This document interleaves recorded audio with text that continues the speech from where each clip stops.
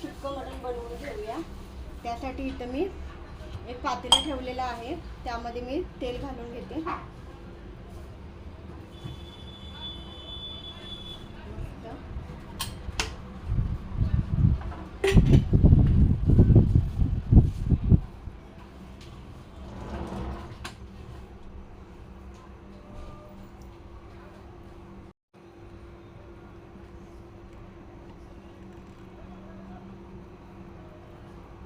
तेल आपलं गरम झालेलं आहे, तर यामध्ये एक कांदा मी बारीक चिरून घेतलेला आहे तो घालते.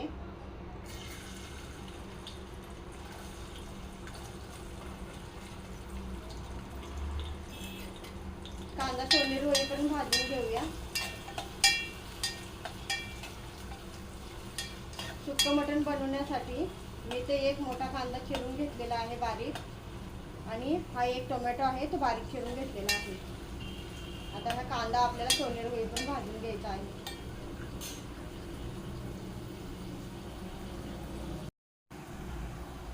कांदा आपला सोनेरी झालेला आहे, तर यामध्ये मी हे टोमॅटो घालून घेते बारीक चिरून घेतलेला. आपण टोमॅटोही चांगला नरम होईपर्यंत आपल्याला यामध्ये शिजवून घ्यायचा आहे. आणखी 5 मिनिट लागतील. टोमॅटो चांगला मऊ होईपर्यंत शिजेपर्यंत आपल्याला ठेवायचा आहे. आपले टोमॅटोही आता नरम झालेला आहे. यामध्ये मस्त असं शिजलेला आहे टोमॅटो. हलवून घेऊया एकदा. आपलं जे वाटण होतं, जे आपण रश्श्याला वापरलं होतं, त्यातलं 1 चमचा मी वाटण घालणार आहे यामध्ये. मिक्स करून घेऊया.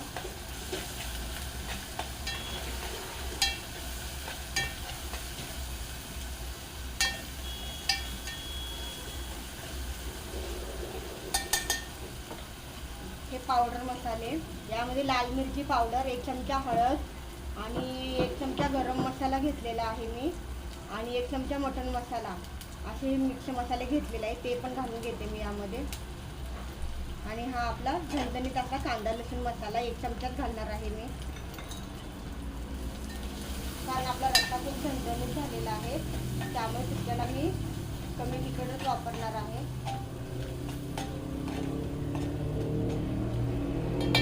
गॅस कमी केला आहे मी, तर हे चांगलं शिजू द्या. मसाले आपले आता चांगले भाजून झालेले आहेत. यामध्ये आपण हे मटण घालून घेऊया.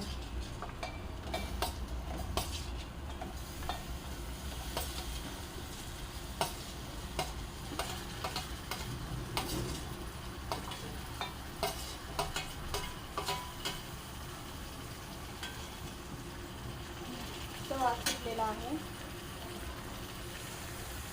हे आता आपण हलवून घेऊया, मिक्स करून घेऊया.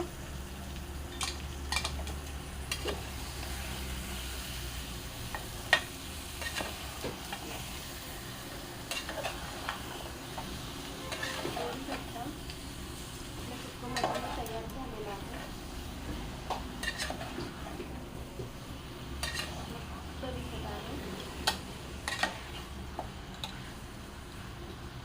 बघू शकता किती छान झालेला आहे. कलरही खूप छान आलेला आहे. चमचमीत असं तयार झालेला आहे. तर हे 5 मिनिटं मी झाकण ठेवून एक वाफ काढून घेते. त्यामध्ये 1 चमचा आपण मीठ घालूया. 5 मिनिटं झालेली आहे. एक वाफ काढून घेतलेली आहे मी.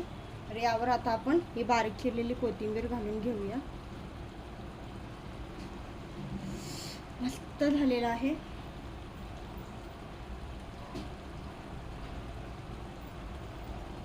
झणझणीत असा आपलं सुक्कं मटण आणि झणझणीत असा मटण रस्सा खाण्यासाठी तयार झालेला आहे.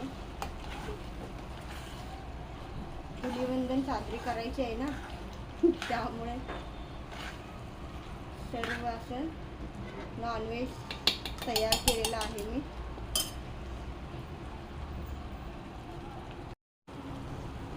बघू शकता किती मस्त झालेलं आहे. एकदम झणझणीत असं सुक्कं मटण आपलं तयार झालेलं आहे. वास तर खूप छान सुटलेला आहे. मस्त झालेलं आहे, बघू शकता. वा, मटणही आपलं खूप छान शिजलेलं आहे.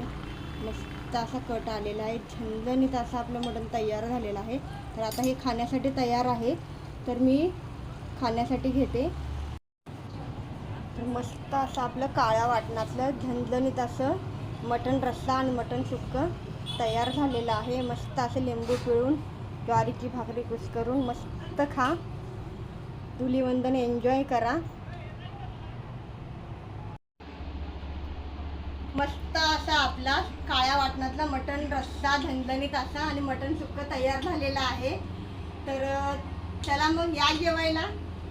जर तुम्हाला माझ्या रेसिपी आवडत असतील तर माझ्या चॅनलला नक्की सबस्क्राईब करा.